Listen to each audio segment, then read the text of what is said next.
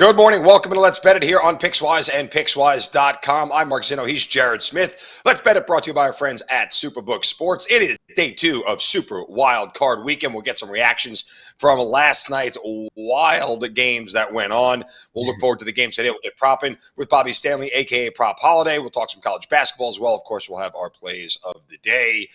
Jared, every time we think we've seen something that surprises us in the NFL, 33-0 comeback during the regular season, well, hey, only be topped by a 27-0 comeback in the wild card round. Obviously, the big takeaway from that is Sean Payton is the next Los Angeles Chargers head coach, I think. That's probably my biggest takeaway from yesterday. Yeah, what a 7-day stretch for Brandon Staley. I don't really know if you can blame it all on him, last night's game, but certainly the head coach deserves, the blame for the full picture of everything. Like the buck has to stop somewhere, and I do think it'll stop with him. But it was a multitude of things that went down last night that caused that comeback to take place. I mean, listen, I think it's fair to say that the Chargers played a really good game. They just couldn't make a couple of plays late to stop it. The defensive scheme early in the game was really good. They were confusing their coverages. They made Trevor Lawrence a very unwilling passer at times in certain windows, and then it just chargered. Like there's literally a verb for it, and it played out last night in spectacular fashion. I agree, though. I would be surprised if Brandon Staley survived this one. Yeah, I would too. I mean, look, and I think he gets picked up immediately as a DC somewhere, Probably for one of these coaching staffs, because he had a great defensive scheme last night. He did. It just fell apart in the second half. Yeah, full disclosure, Jared, like, honestly, I was out watching the game, and I literally, when it got to 27-0, I just turned away from the TV while we were having dinner, and I'm like, I'm not even watching this anymore. This is not worth my time. Yeah. Forgot the game was on, drove home, turned on the TV when I got back home. I'm like, oh, it started at 20. What the hell did I miss? Yeah. How did this happen? And then all of a sudden I watched the last quarter, and I'm like, oh, they're going to win this thing. So, it's never one thing. When you get a massive collapse like that, and they have chargered. Here in Atlanta, we have falconing. They falconed. These are the two teams that are notorious for doing stuff like this on a routine basis. It made for great drama, great excitement as far as the NFL is concerned, but it's going to be a long week and a long offseason for the Los Angeles Chargers. The 49ers decided that I can't Oh, imagine. God. Can you imagine being on that flight home? Cross country. The only person who said a word the whole time was the pilot and the co-pilot. Nobody else said a damn thing the rest of the ride. That was it. You could have heard a pin drop light. But the San Francisco 49ers decided that the second quarter were going to be the dumbest team in football and make a whole ton of mistakes, and let the Chargers, let Seahawks backers like me for a short while think that there was a chance for them to cover that number, and they just opened the floodgates in the second half and ran them down like we all thought they would from the beginning, so to speak. I mean, look, Pete Carroll has always had a way of staying with Kyle Shanahan and keeping those games close. But San Fran's defense, their total package on offense, Christian McCaffrey was amazing. They looked every bit, minus the second quarter, with some boneheaded decisions, especially after they kicked the field goal to go up 16-14. What the hell was that squib kick? Yeah. I have no idea.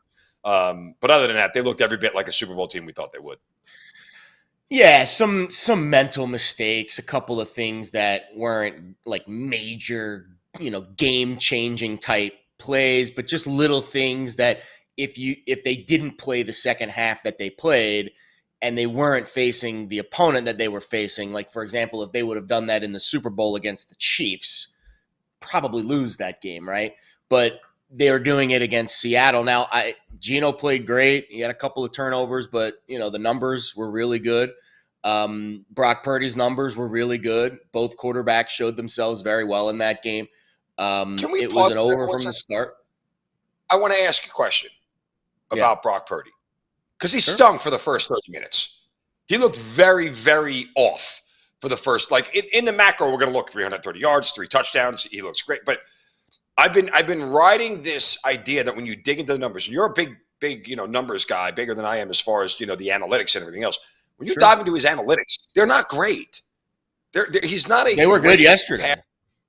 They were Well, really, I mean, his QBR was on the 92. His EPA per play was in the 98th percentile. He do had an they split ADOT that of out over in half? 11 and a half yards. Yesterday's Do they, analytics were green across the board. do they split that out in half? So that was the whole game. It was the whole game. Okay. Yeah, it was the I whole mean, game.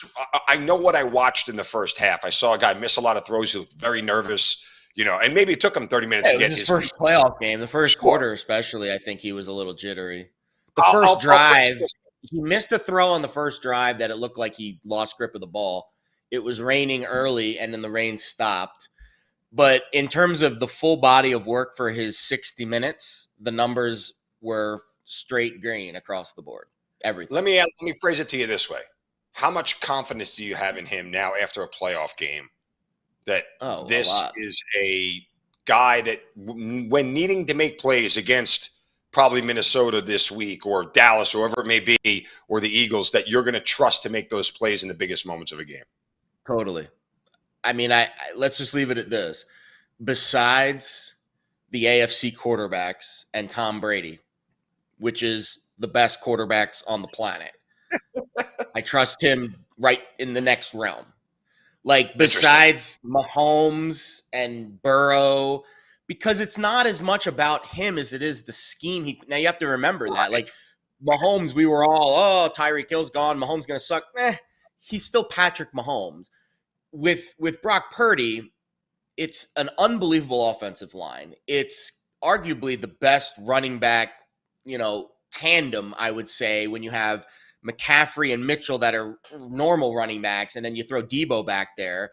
And by the way, Brandon Ayuk's 1,000-yard receiver that we just don't talk about, and George Kittle's arguably one of the best tight ends in the league, minus Travis Kelce. So they have a better cast of characters than maybe anyone else in the league.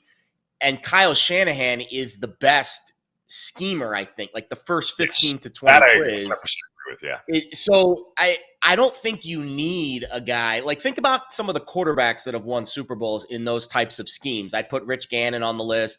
I'd put Trent Dilfer on the list. Like those are guys that I think you don't necessarily need to be Hall of Famers to win in the NFL if the scheme and the variables all add up. And his variables add up. And he's also a pretty confident guy. So yeah, I think this is a Niners team that's going to the Super Bowl. My Super Bowl pick, I tweeted it out yesterday, is Niners and Bills. That was the pick that I went with. Chris I had a Burton couple special. of free bets on MGM. Yeah, right. Nobody circles the wagon. So Right. it's a very fair question because I do think, it's a seventh I round rookie. just wonder. But at the end of I the day, the just wonder. scheme and the Right. variables match up, I think. I wonder if the seventh round, the rookie stuff, the inexperience in a certain game, in a certain moment, is going to catch up with him, and we're going to go, oh, I mean, that's not like we're going to slam the guy for it, right? We're Think not. about the matchups, though. Let's think about the matchups. They play the Vikings next week, probably. Are you worried about their defense causing him problems at home? No. Then let's say they face the Eagles in the NFC Championship game. Well, then he's facing Jalen Hurts, who's also won one playoff game in his career. So that quarterback matchup doesn't scare me. If it's Tom Brady and the Bucs, well, they're going to be a massive favorite at home, and they're going to be able to probably run all over that defense. So if he gets to the Super Bowl and it's Mahomes and it's Burrow or it's Allen, then I think that would apply. Okay. But I think the Niners are going to the Super. Like who's No, beating listen, the Niners right now? they were my I mean, preseason. it's a fair question. They were my preseason pick to go to the Super Bowl. Of course, I thought it was going to be a different quarterback. I thought it was going to be another quarterback, and now I'm stuck with Brock Purdy. Right. But listen, ride the wave, right? All the way home. All right, so that does it for yesterday. 3 games on tap today. Early game: Dolphins and Bills. Miami 5-1 against the number. Last 6 against the AFC. The Bills are 3-1-1 ATS in the last 5 January games. Over a 6-1 to the last 7 for the Dolphins, and the under 5-1 to the Bills after an ATS win. So let me ask you this. I mean, obviously, we're at the point here where it's Skylar Thompson. I think there's only one way to play this game, and it is my play of the day. I'll peek back the curtain. I'll take the Bills in the first half and lay the 7.5. I mean, it's, genuinely, if the Bills can't get out early and they let Miami hang around, what's the reason to believe that in the second half the floodgates are going to open and they're going to, just steamroll this team? Yes, San Francisco did it yesterday, but I just, the Bills have been on such an emotional roller coaster. I worry that it's going to catch up with them at some point in time where they're just going to be exhausted. Thankfully, again, they're home. They won't have to get out on the road until they have to go to Kansas City for the AFC Championship game. So they have a chance here. And that game's in Atlanta. That it is. I would ask it to you this way. Do you trust this Miami offense? And back to your numbers here with Skylar Thompson, who was one of the worst passing quarterbacks in the league, to even remotely come close to covering this number. How do they do it? No. And it's not even necessarily because of Skylar Thompson. It's Raheem Mostert's out, who had 150, 140, I forget the exact number, yards against the Bills the last time they faced each other. It's the offensive line. Taron Armstead, questionable. Eichenberg, left guard, out. Brandon Shell, right. I mean, you have 3/5 of the offensive line either questionable or already declared out for the game, including Raheem Mostert, your best running back. I mean, it's like the opposite of the Niners situation where they also have the rookie quarterback, but all of their role players in key areas are out or injured. So it's going to be an ugly game, I think. And then you throw in the fact that I don't know if DeMar Hamlin's going to be on the field, but he was with the team yesterday. I did see those pictures. Yeah. And man, you want to talk about an emotional lift for a team that it's going to be absolutely nuts. And then here's the final nail in the coffin. The 7 seeds have been absolutely demolished in these wildcard games so far. You saw it yesterday. Last year, they both got whipped up pretty good. The only 7 seed that even came close to covering and winning was the Colts against the Bills way back 2 years ago. And that was a much different Colts team with Phillip Rivers at quarterback and a very good offensive line. Yeah. This Dolphins team just doesn't have it. I'm on the Bills, and I gave it out in the column this week. I know a lot of other very trusted handicappers that we follow in this space, like the Bills in the first half this week.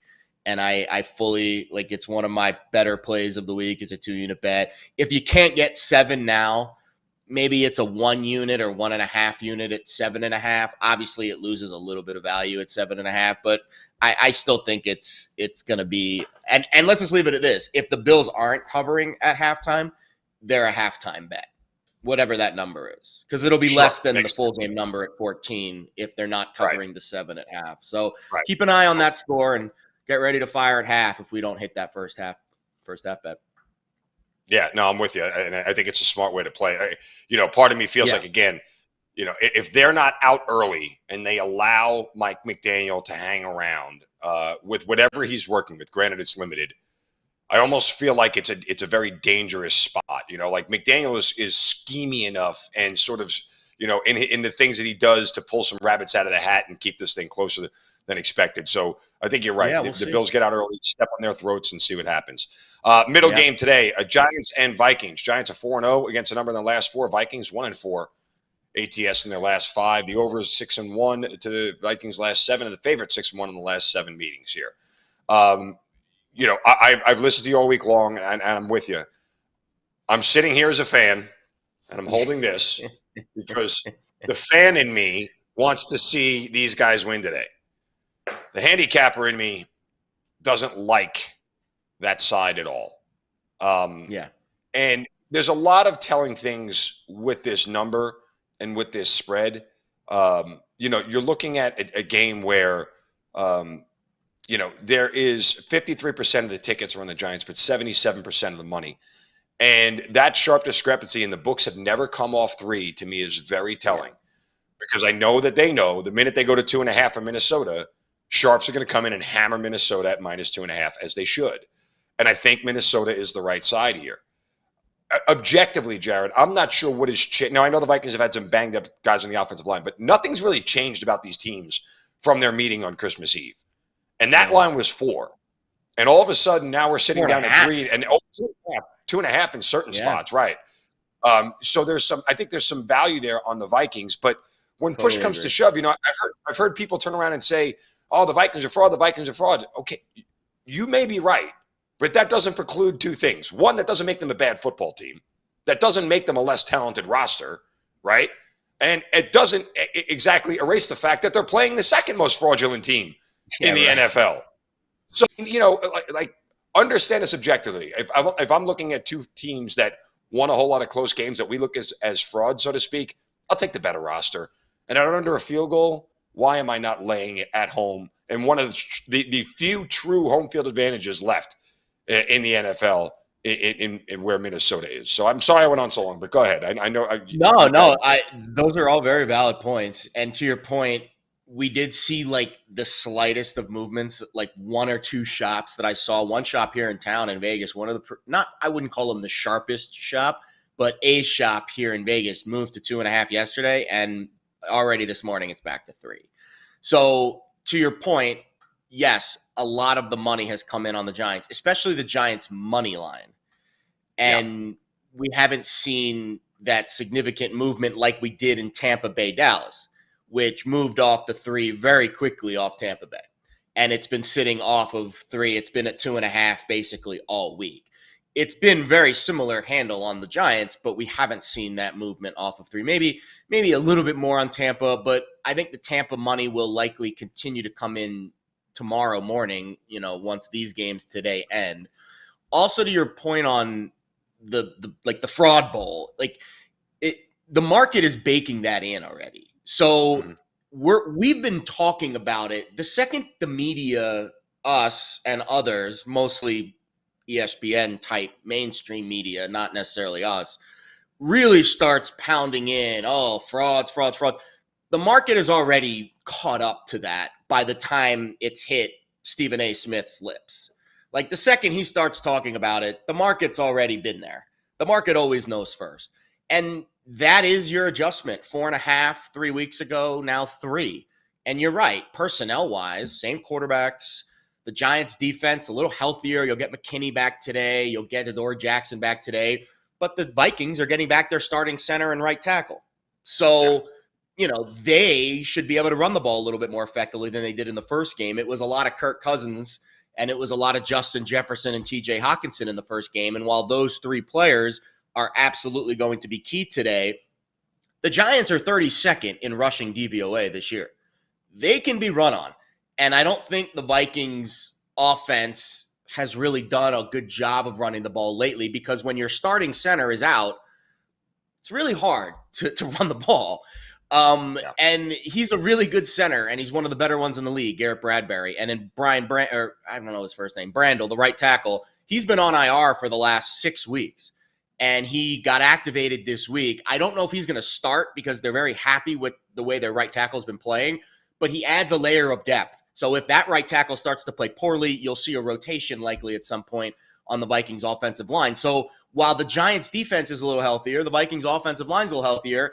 Those are the only variables that I can see player personnel-wise that have changed since week 15 when they played, week 14, whenever it was. I know the Packers whipped up on the Vikings, and I know the Giants whipped up on the Colts. I don't really take those games and make them those games don't really matter to me, right? Like the Packers needed that game desperately, and they got some special teams touchdowns. Like they got an interception, and Kirk Cousins didn't play his best ball. And the Giants beat up on a Colts team that literally had it was Jeff Saturday and I think it was Sam Ehlinger starting, or Nick Foles. And then week 18, you can't take anything from week 18. Both teams rested their starters, nothing you can take from it. So what the hell has changed in the last 3 weeks to make this line 1.5 points onto a key number, the most key number? And then really the finishing kick for me is this trend. I don't take trends that seriously, especially this time of year, but first-time playoff quarterbacks against non-first-time playoff quarterbacks, 14, 35, and 1 against the spread, 28%. 0-3 last year. All 3, Hurts, Jones, Kyler Murray, all got whooped on the road. Looked very overmatched. And I know Brian Dable's a great coach, and I think he is. I think he deserves to be the coach of the year, and he's building something really great with the Giants. But this seems like the game where the Vikings play their best, and I think we're going to see a Giants offense that maybe shows their age a little bit with the receiving group that they have, and Daniel Jones, who's overachieved this year. He's only thrown 5 interceptions. He's going to throw a pick today, and I think the Vikings are going to win this game. I will add one thing, one stat that I saw that gave me pause in the Vikings. Brian Daboll this year, 3-0 ATS and rematches.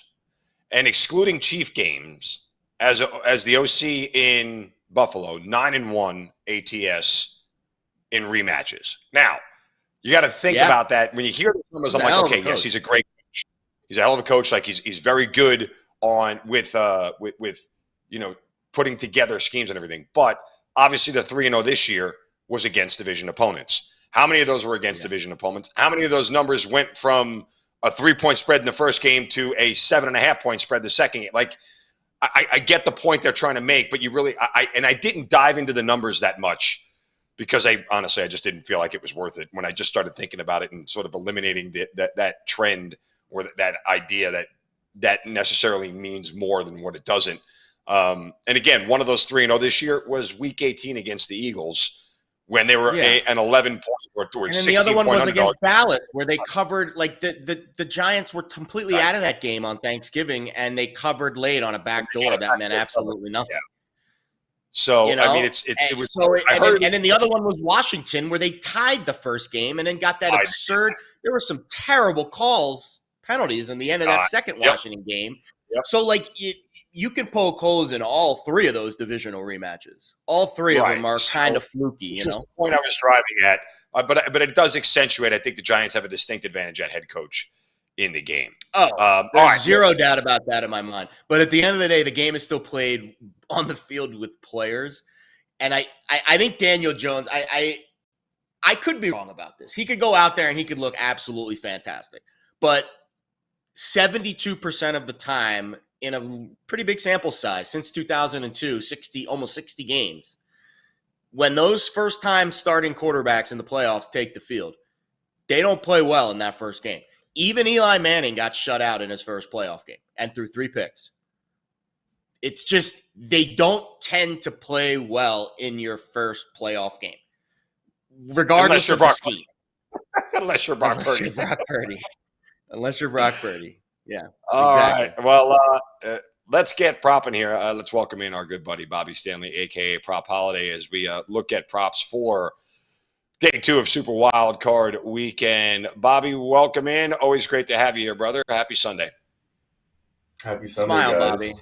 Just smile, Bob. It's okay. I know you're in a rough mood today. Me and Jared were talking last night during that Chargers game, and it was, oh, my God. I made just pissed about Keenan Allen. Dude had 13 targets, couldn't get us a 7th catch. Unbelievable. Had 44 yards receiving at halftime. And I will. This part didn't get brought up in the morning, in the opening of the show. I didn't realize. I mean, I was watching the game. Obviously, I was at my friend's house. Felt 27-7 at halftime. Feel good. Then you kind of tail off in the second half. I'm on my phone in the third quarter. I didn't realize the comeback was happening because of how poorly Al Michaels and Tony Dungy announced that game. Oh my God, Tony was. There was not like a lick of emphasis. There was no energy. At no point did I think the comeback was going to happen, just based on what I was listening to and my head buried in my phone. So I think that's be happy you were at the bar and didn't have to listen to Dungy and Michaels last night. I saw a lot of reaction. How bad it was.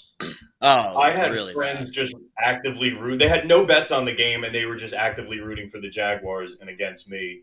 And that made it a little bit worse. But those are friends. Those are some friends, huh? They're awesome friends. Jeez. Some of the best. But it's a new day today, and we dust our shoulders off. All right, well, let's dust it off with some props here that you're looking at. Bills-Dolphins game. You're looking at James Cook here in a receiving prop. I am. And our guy, Tank Williams, I think said this earlier in the week. This is the closest thing to a bye week you can give the Buffalo Bills. And I think they're going to take this and use it as an opportunity to get James Cook acclimated to playoff football. Because when they play a team like the Bengals, they play a team like the Chiefs, they're going to need an explosive running threat and a running back out of the backfield who can, help out with the load. I don't think Devin Singletary is that guy more than a churning out the yards. So I look at Cook. His reception line is heavily juiced over 1.5. I think it's like minus 160. When he gets 2 receptions, he hits this mark in 4 or 6 games. Now, the Dolphins are above average in rush defense, but they're 28th in league receptions, 28th in the league to receptions to running backs. They give 5.5 per game, and 26th overall in receiving yards per game. to opposing running back. So it's a good matchup, and it's a good opportunity, I think, for Cook to get a little bit more than the normal snaps you would see in a playoff game as a rookie running back. But 11.5 receiving yards, he could hit this in one catch. I think he had a 41-yard reception earlier in the season. He is that explosive, and he's going to be needed for the Bills come the second round and maybe that AFC Championship game. Just a quick follow-up before we get to your Vikings pick. Because of the blowout nature that this game will likely ensue, is James Cook a decent rushing yards prop bet as well, 39.5, considering that Bills likely will be ahead, backup running back, game script might dictate him getting a couple of extra carries than he normally would in a playoff game?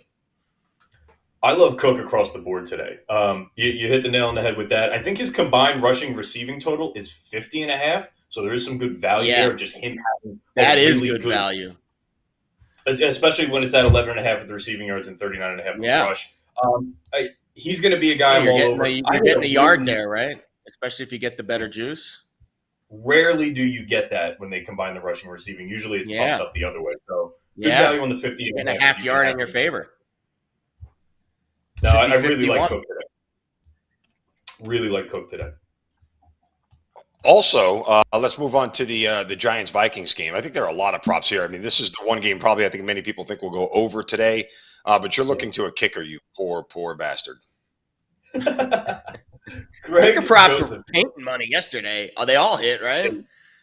The team who was favorite, the kicker, both kickers had three field goals made, and then the 49ers had 4 field goals made. And there's some logic, I think, to that. Points are at a premium in the playoffs. Teams will take the points early on when possible. They play conservative a little bit more, at least to start the game. And especially with teams who are, I would say, who are favorite, there's a logic that we'll be back at some point. Let's just get the points here and focus on the rest of the game. And then there's some jitters early on offensively. It makes the red zone offense a little bit more difficult. So Joseph, he's had 2 field goal attempts in 11 of 17 games, and he's hit 22 of 23 field goals under 50 yards this season. So under 50, he's pretty much automatic. It helps that this game is also indoors.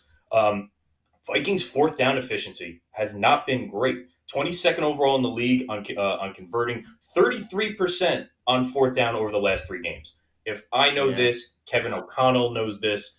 Take the points and not necessarily get risky in the first half, especially against a Giants team that could be hanging around late. And then the Giants' red zone defense has gotten exceptionally better over the back end of the season. They're only giving up a touchdown 45% of the time over the last 3 games. So Greg Joseph to make 2 field goals, I got it at minus 105, practically even money. Wow. And I think the Vikings kicker hits 2 field goals today. Yeah. Bobby, that game's gonna go ahead, Jack. Sorry, I wanted to ask him one question good, about the prop in this game here, because when I was in Colorado earlier in the week, I opened up my app and immediately placed a wager on this game. Daniel Jones, over 234.5 passing yards. Now, he threw for 330 last time against this bad Vikings defense. And if the game script plays out, even in a negative fashion for the Giants where they get down early, that actually helps this passing prop here. The only way I don't see him getting over this number is if Saquon rushes for 250 and they control the entire game on the ground. I mean, again, even if the Giants are ahead, I think they have to do it through the air in order to get a substantial lead, or they're going to need something freakish, a defensive touchdown, special teams touchdown, whatever it is. But your thoughts on Daniel Jones over 234.5 passing yards? He always scares me. I mean, I know this Vikings defense is bad, but they went the route the last game against Minnesota. We're going to go score for score with them, and miraculously, it was a 3-point loss. I think if they have a recipe for success today, they're going to have to control the clock and keep Kirk Cousins and Justin Jefferson on the sideline. I don't feel overly confident about it just because it's Daniel Jones and an over and a passing prop. But if I'm Dable, I want to pound Saquon.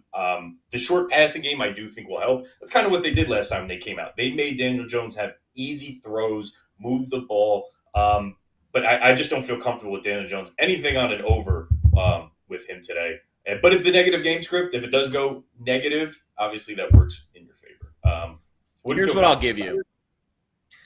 I'll give you his passing attempts, because I think the one thing about the yards that scares me with him is that he's such a dink and dunker, and there's not that elite game breaker that you still need the other guy to catch the ball and gain yards in order for you to have a prop that goes over. But passing attempts was one that I hit with him in the last game against the Vikings, and he went over by like 8. I mean, he had like 40-something attempts in that game. He also threw for 334 yards. It was one of his best games of the year. So that was only his second 300-yard game of the season. And he only had one other game the entire year with 300 yards and one other game the entire year with 2 big-time throws. So against the Vikings last game, he arguably played his best game of the year. And I'm curious what adjustments Ed Donatel makes in that game. And I think that's going to be one of the matchups within the matchups, because Jones has been pretty good against the blitz, surprisingly, but not great when you drop back in coverage. But the problem is the Vikings secondary is trash. So how do you mask that and still get pressure with Smith and with Danielle Hunter and Tomlinson? So it's going to be it will be a very interesting Daniel Jones matchup here, and how he kind of handles what should be a really tough environment. All right. Should be a tough environment in Cincinnati tonight. Tyler Huntley will be starting for the Ravens, but it's Tyler Boyd on your radar for the prop Bengals-Ravens game tonight, Bobo. It is, and this was something I was on last week in the Ravens-Bengals matchup. Tyler Boyd last week. You were all over it first half. Tyler Boyd opened up at 29.5 last week, closed at 33.5. This week opens at 33.5. I think it's closing around 35.5. I still like it there. So last week he finishes with 5 receptions and 51 yards and did hit it in the first half. It's just a mismatch for me in the slot against this Ravens defense. I look at Boyd last week. He ran the second most routes to Jamar Chase, more routes than T. Higgins, and 97% of his routes were in the slot. So that's his de facto position. If I look at the Ravens secondary, just defending the slot, not necessarily Tyler Boyd, 15 targets, 8 receptions, and 74 yards. They're going to keep picking on that Notre Dame safety, Kyle Hamilton. It's just not a good matchup for them. If we look at last week's matchup, they went with a vanilla offense. They weren't going to show their hand too much, and Boyd still hit this. And they were trying to kind of force feed Hayden Hurst to get him his 2 receptions for incentives. I don't know if we see that again today. I like Boyd. I like the mismatch in the slot. All the attention is going to continue to be on Jamar Chase, especially after last week's performance. I got it at 33.5, played up to 35.5. I think he could damn well hit 50 or 60 again.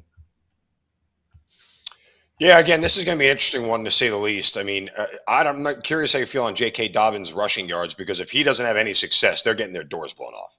Like, it's the only recipe to points for the Ravens is for Dobbins to have a lot of success on the ground and get them into scoring range. So would you lean into that, or is it knowing that Cincinnati may stack the box and force Tyler Huntley to beat him? Do you stay away from it?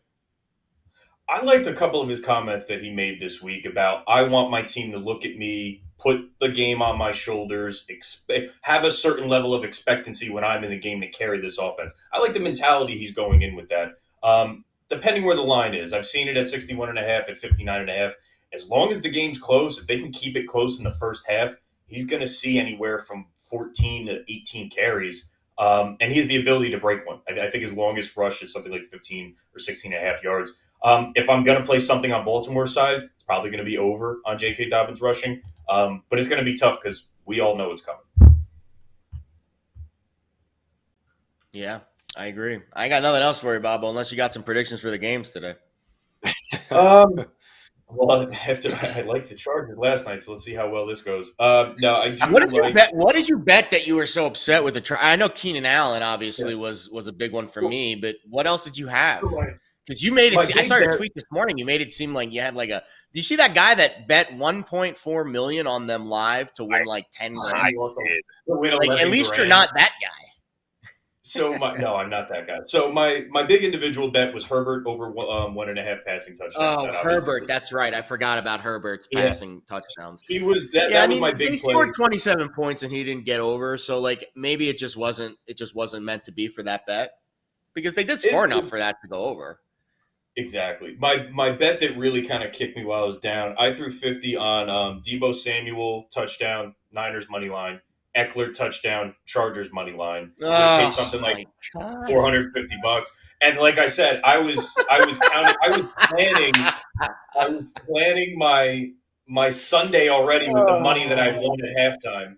And obviously You mix that in All with right, that's a how tough poor one. Tony Dungy. Yeah, no, it hurt, That's man. a It tough hurt. one. I gave out. So you basically had a Pickswise. 4-team parlay tied to Chargers money line, and the other 3 legs hit. Basically, is what it was. Yeah. And I Yeah, could have that's hedged, tough. but That's tough. when I was That's tough. yeah, man, it's up. But yeah, no, Fair enough. I do think the best game of the day is should be Vikings Giants. I do think Buffalo blows them out. Mark, I totally agree with you. The best play of that game is -7.5 in the first half. And then the Bengals game, I hope, is a little bit more competitive than last week's. But yeah, give me. I mean, outright Bill Vikings Bengals. Although outright has Someone not just been. tweeted me, Bobby. You're gonna love this. I got to get this on the show. Someone just tweeted me that watching Let's Bet It on Pickswise, and then got a bet stamp notification from me on one of your props. Like I just bet the James Cook rushing and receiving prop, like while we were doing this. Yeah. And someone who watches our show, I don't know your name because you've got some weird moniker, Square Bankroll on Twitter, but that's funny. People are freaking, they're engaged, man. They're ready to roll on this Sunday. I love that. Square Bankroll. Thank you for watching.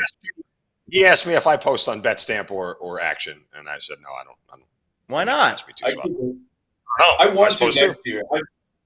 I'm tracking manually in my profile through a Google Doc. I mean, it's completely transparent. If you don't, let's just leave it at this. If you don't do on one of those public sites, like me, you will get accused of cheating or deleting or whatever. Well, people get really their panties in a twist these days. If you don't, Jared, be transparent as possible. Tweeting, if I was cheating, I should do a better job of it because my record is not awesome in the NFL. Yeah, right. If I was cheating, I wouldn't be down 25, 30 units in NFL this year, guys. If I was deleting my pick. Next year, I'll move to one of those apps. It is just too much manual work for me every freaking day. Guys, it is a lot of work. It is a lot of work. I agree with that. It takes a lot of mental gymnastics on a daily basis to make sure. Did I remember to post it here? Did I remember to tweet it here? But guys, interesting. Best of luck today. All right, Bobby, enjoy the Sunday. Let's hope so. Follow him on Twitter at Prop Holiday, HOLLIDAY. Appreciate the time as always. Bobby Stanley. We didn't get a chance to dive deep into the Ravens Bengals here, so let's do it in a moment before we move on to our plays of the day. But look, I don't know what the path is for the Ravens to score. I went back. Forget the matchup from earlier this year where it was a 1917 game. I went back to the 2 matchups last year because I wanted to bet the Bengals in this game. And I got them earlier in the week at 6.5. So I'm very happy with the position that I have. But I looked at the games from last year because I remember the Bengals smoked them both times last year. And in the second game, and Lamar played in both of these, by the way. In the second game, the Bengals got out to a 24-7 lead. And that's the game script I think they need to follow. If I'm Zach Taylor, I want the ball first. I want to go down the field, and I want to score. And I want to challenge this Ravens offense to catch up. Because let's just say they get out to, call it favorably, 17-7 lead. What's the path for the Ravens to get back in that game? How do they do it? Tyler Huntley, metrically, is one of the worst passers in the league. He's bad. Like, there's nothing exciting about this Ravens offense. They only average 13 points a game. Theoretically, if the Bengals get to 27, they should cover this number and win this game easily. Yeah, I think you're right about Huntley. I think he's like the definition of a game manager. His numbers have been really bad this year. There's no doubt about that. I have to lower the minimum plays by a quarterback in order to get him on my nerd list here. So it's going to take a second. I'll give you an exact, like if you change the minimum to 100 plays, wow, he's not even, where is he? Actually positive, at least in EPA and CPOE. Let's say of the 50 quarterbacks that have seen relatively significant time, 100 snaps this year at quarterback, he's 30 on the list of 52. So he's ahead of guys like Justin Fields, Kyler Murray, Russell Wilson, Matt Ryan, Mac Jones. I mean, again, those aren't not exactly lighting the world on fire with those names, but he's still slightly playing better than those guys. I think this is one of those playoff games that defensively will be the reason why it's a win or a loss for Baltimore. Defensively, they they can cause some problems for Cincinnati's offensive line. Cincinnati's right tackle Lyle Collins is out. The right guard Alex Kappa is out. Collins has been out for a few weeks now. Kappa just got hurt last week. So if there is one weakness to this Cincinnati offense, and we saw it in the playoffs last year, it's Joe Burrow staying upright. First 8 games this season, he took 3.5 sacks per game. They went 4-4. Over the last 8 games, he's taken 1.5 sacks per game, and they are 8-0. There's a lot of other reasons why they're 8-0, but I think that is a correlated stat. The Bengals are playing a lot better over the last 2 months because Joe Burrow's not taking as many sacks, and he's extending plays longer, and he's doing a better job staying upright. I don't know if that's going to happen in this game. I think there's a chance that he has a lot of pressure in his face. This is a Ravens defense. Since they got Roquan Smith in week 9, they're 5th in efficiency, 3rd against the run. So you take the running game away from Joe Burrow and you take some of that protection away. Maybe this game is close. And I'm not saying Tyler Huntley is going to go out there and light the world on fire, but he's a massive upgrade from Anthony Brown. The odds indicate that. This game closed at 12 last week. We're sitting at 8.5 now. So he's a 3-point upgrade, in addition to Mark Andrews and J.K. Dobbins and Zeitler, the right guard, who didn't play last week. So you throw all those guys back into the mix. And, now this line, I'll be honest, I'll make my hot take, bold prediction of the day. This is the closest game of the day. This is the field goal game of the day right here. The touchdown game, the 1-score game, because Baltimore runs the ball, they play good defense, and they just hold up long enough. And I still think the Bengals win because Joe Burrow's Joe Burrow, but I would not be surprised if this is the closest game of the day based off of – because of the other teams that we're talking about here, the underdogs today, the Dolphins, the Giants, the Ravens, there's only one team that has a legit defense of those 3. A defense that has won a championship, that's well coached. So I think the Giants are well coached too, but Wink can be a little volatile on the defensive side, and the Dolphins defense has been a disaster this year. So he's risky. Yeah. I think this game's going to be close. I don't know if I'm willing to take the points, but I think this game's going to be close. I do. Wow. I would tell you too that of all the coaches this weekend who are on the underdog side, John Harbaugh is consistently one of the most prepared coaches in the league. He never gets blown out.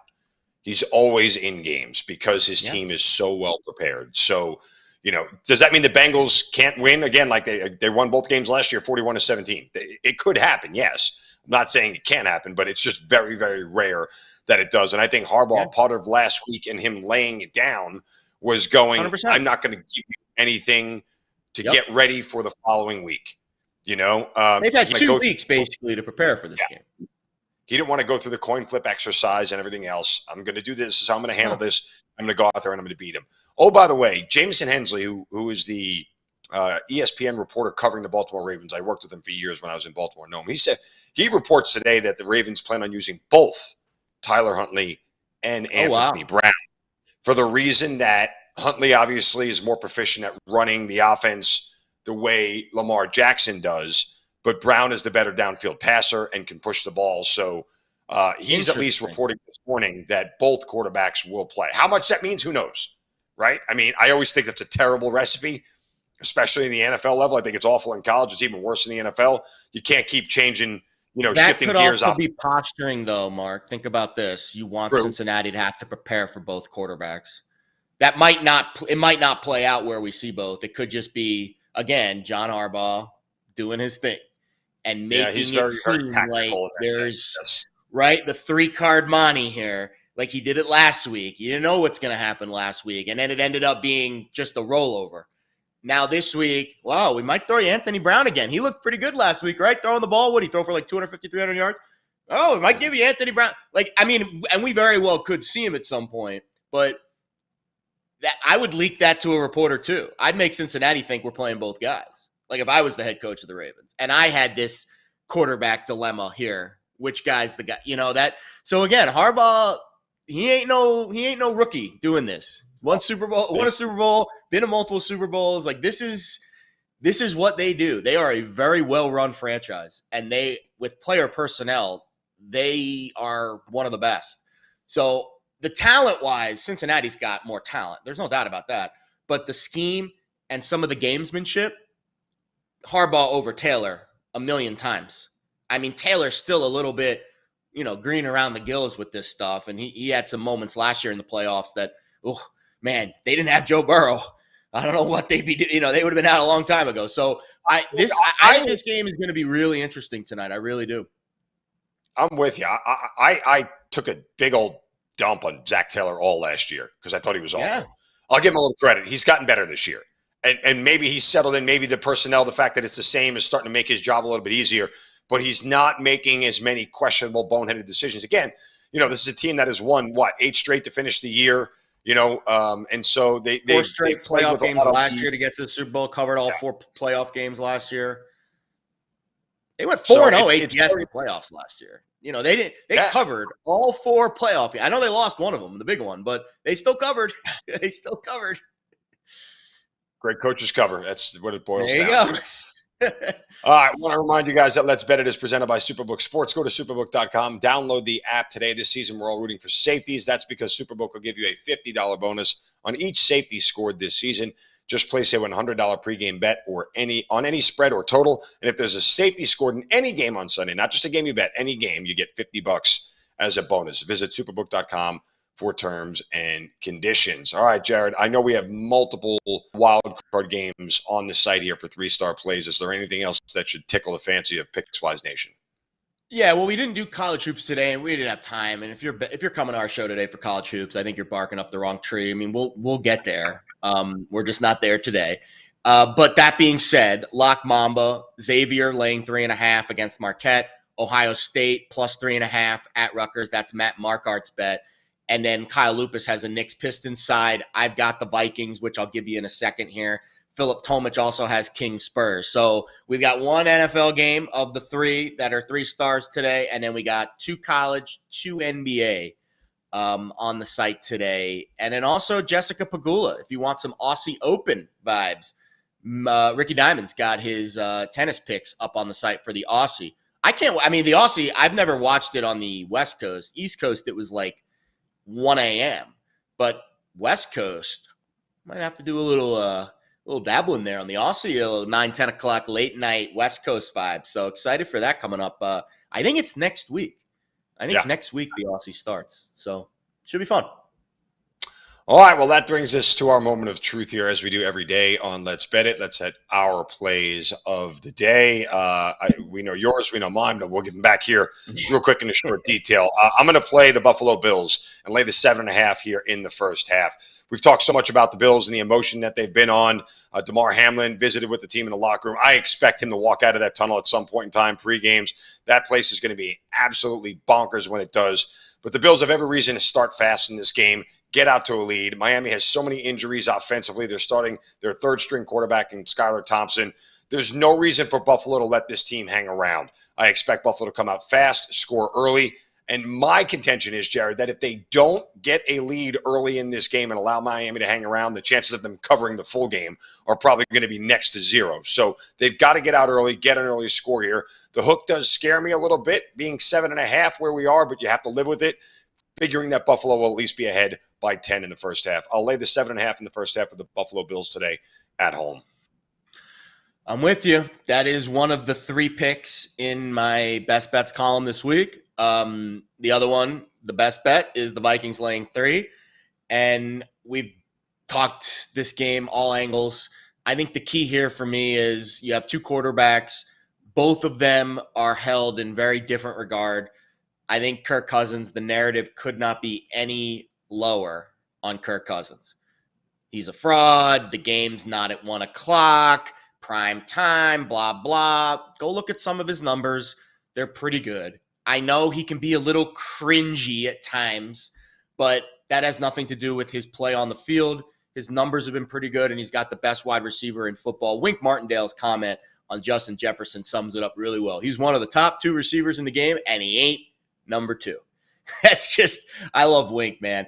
And you go to the other side, Daniel Jones, you saw it a little bit yesterday, and I know Trevor Lawrence grew into the game, and I think that's fair to say, but in the beginning of that game, he was seeing ghosts. And I think first-time playoff quarterbacks, when they face non-first-timers, are covering the spread at just 28% of the time. 14, 35, and 1 since 2002. Last year, all three of those scenarios played out very poorly for the debutantes. Kyler Murray got beat up by the Rams, Jalen Hurts got beat up by the Bucs, and Mac Jones got his doors blown off by the Bills. Obviously, the defenses those three quarterbacks were facing, not up to the level of where the Vikings defense is. But the hope is Ed Donatel makes some adjustments. These teams just played 3 weeks ago. Brian Daboll, like I said, coach of the year. He's building something great with this Giants team. If you're a Giants fan, like my co-host is, a lot of things to get excited about. But at the end of the day, this is Isaiah Hodgins and Darius Slayton and Richie James. It's going to be tough, I think, for sustained offense in this game for the Giants. I could see them being blown out. I really could. I think it'll be a little closer than that, but let's say like 31-21 kind of score. Vikings over the Giants today, and I think Kirk Cousins advances to the next round to face the Niners. That should be a fun matchup.